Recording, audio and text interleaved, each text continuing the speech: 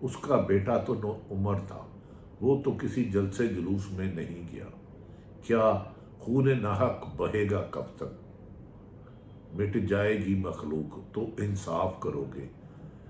عماد فاروق کی پوری فیملی کے مطابق، بھائی باپ کے، کہ جب اس کے والد کو پکڑا، اس پر ظلم تشدد ہوا، اس کا ویڈیو بیان آیا تو اس پر بیٹا سٹریس میں چلے گیا، تنہائی میں رہنے لگا، لوگوں کو دیکھ کے خوف کھانے لگا، مجھے نہ مارو، مجھے نہ مارو۔ اس کے گھر بھی چھاپے مارے گئے، اور یہ غم اس کے ساتھ ساتھ کافی عرصہ زندہ رہا، ہسپتال میں بھی زیر سماعت رہا، لیکن وہ مکمل طور پر صحت یاب نہیں ہوا اور گزشتہ روز مار کے حقیقی سے جا ملا۔ ناظرین، یقیناً اس وقت پورے ملک میں مہنگائی، بے روزگاری کے خلاف احتجاج ہو رہا ہے۔ اگر تحریک انصاف کی جماعت کو دیوار سے لگایا جا رہا ہے، ان کی بہت ساری لیڈرشپ بشمول عمران خان جیل میں ہے اور لاتعداد لوگ جیل میں ہیں، لیکن اگر جو جیل میں ہیں اور جو اپنے ملک سے بھاگے ہوئے ہیں، کیا ان کے گھروں میں چھاپے مارنا جائز ہے؟ کیا پولیس اپنے اختیارات سے تجاوز نہیں کر رہی؟ کیا اگر باپ نے قصور کیا بھی ہے تو اس کی سزا بیٹے کو دینی چاہیے؟ اسی طرح سیالکوٹ میں خواجہ عارف نے اپنے سیاسی مخالف جو ان سے الیکشن لڑ رہے تھے، ان کے گھر میں 3-4 دفعہ عثمان ڈار کے مطابق چھاپے مارے، اس کی ماں اور بیوی کی تذلیل کی گئی، گھر میں توڑ پھوڑ کی گئی۔ اس انتقامی کارروائی کو کیا چیف جسٹس آف پاکستان فائز عیسیٰ، جنہوں نے پریکٹس اینڈ پروسیجر ایکٹ میں حکم امتناع ختم کر دیا، کیا اس ناانصافی کو بھی روکیں گے؟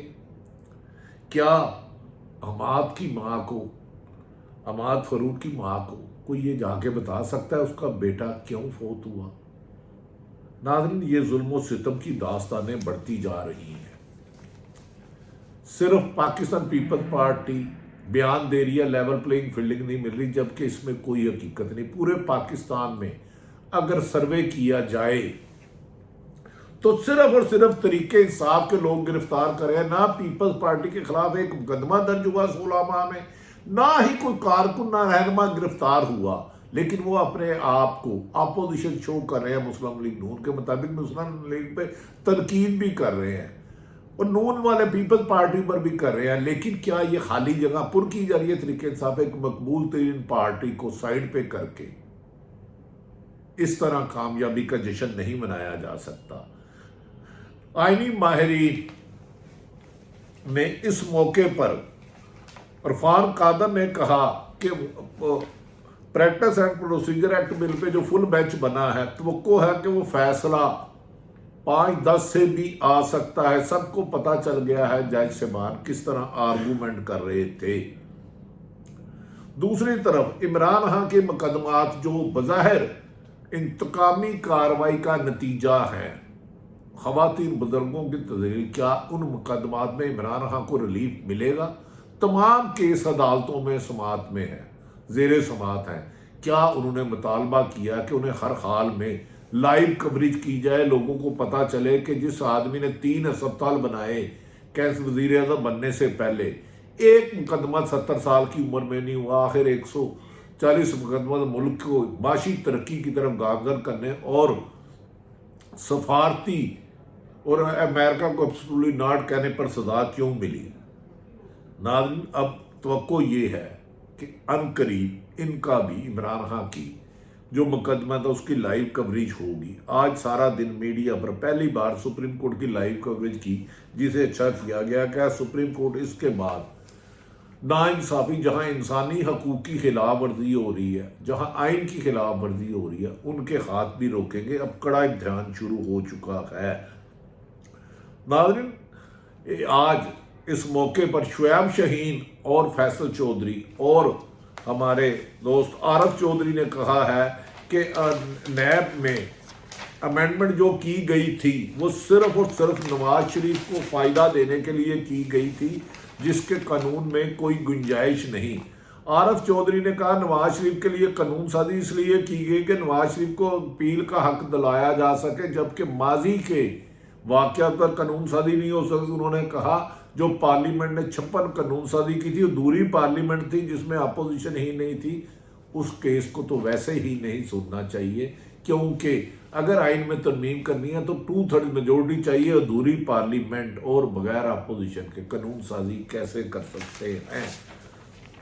ناظرین، دوسری طرف یہ بھی کہا جا رہا ہے کہ نواز شریف کی واپسی پر نون لیگ نے نوٹوں کی بوریوں کے منہ کھول دیے ہیں، ان کو واپس بلانا ان کے گلے کی ہڈی بن گیا ہے، اور بڑا اعلان کیا جا رہا ہے۔ ایک تو قانوناً وہ ایئرپورٹ سے ہی گرفتار ہوں گے، لیکن اس کے برعکس رانا ثناء اللہ کہہ رہا ہے کہ انہیں کلیئرنس مل گئی ہے، زیرو رسک ہے، اور انہیں گرفتار نہیں کیا جائے گا، جبکہ اشتہاری اور مفرور اور سزا یافتہ جیل جاتے ہیں۔ اس پر نواز شریف کے لیے روزانہ نت نئے سرکاری پروٹوکول میں مریم نواز صاحبہ انڈور میٹنگیں کر رہی ہیں، اور کہہ رہی ہیں کہ ہر آدمی، ہر M P A M N A کے امیدوار جو ہے 10 سے 12 ہزار لوگ لائیں اور پیسے تسلیم کریں، اور ہر آدمی کے لیے شرط رکھی ہے، جس پر مسلم لیگ نون کی اکثریت نے کہا کہ بڑھتی ہوئی مہنگائی اور 16 ماہ کی ناقص کارکردگی، اور لوگوں کو غصہ ہے کہ نواز شریف جب بھی مشکل وقت پہ ملک آتا ہے، جماعت آتی ہے، وہ ڈیل کر کے ملک سے چلے جاتے ہیں، لوگ ان کا استقبال کرنے کے لیے تیار نہیں۔ اس پر بعض استعفے بھی آ رہے ہیں۔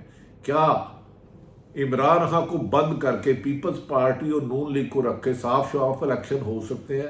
جواب نہیں۔ دوسری طرف ناظرین، کہا جا رہا ہے کہ اب آئینی طور پر جو مسلم طریقے انصاف کے ساتھ ناانصافیاں کی جا رہی ہیں، بہت جلد ایک بڑی درخواست پاکستان طریقے انصاف سپریم کورٹ میں داخل کرے گی کہ عمران خان کے مقدمات تمام ایک کیس پر ڈال دیے جائے، انہیں روزانہ گرفتار کیا جا رہا ہے۔ آخر میں یہی کہوں گا ناظرین، مان لیا کہ تحریک انصاف کے ٹکٹ ہولڈر عباد الحق نے کوئی غلطی کی ہوگی، جرم کی ہوگی، لیکن جس طرح آج کا اس کا بیٹا فوت ہوا ہے، اور اس کے گھر والوں کے مطابق وہ اپنے باپ کا غم نہیں لے سکا، اس دکھ میں، اس درد میں، باپ کی جدائی میں ملنے کا حق نہیں دیا گیا، اور مال کے حقیقی سے جا ملا۔ ہمیں یقین ہے کہ ہماری نگران حکومتیں ظلم اور ناانصافی کے اس بازار کو بند کریں گے، اور تمام سیاسی جماعتوں کو صاف شفاف الیکشن اور انتخابی مہم چلانے کا موقع دیا جائے گا۔ اگر شفاف الیکشن ہوتے ہیں تو سروے بتاتے ہیں کہ طریقے انصاف اور عمران خان کی کامیابی یقینی ہے۔ نون لیگی شکست سے خوف سے اداروں کے پیچھے چھپنا چھوڑ دے، اسی میں جمہوریت اور پاکستان کی مضبوطی ہے۔ اللہ تعالیٰ پاکستان کا حامی و ناصر ہو۔ پاکستان زندہ باد۔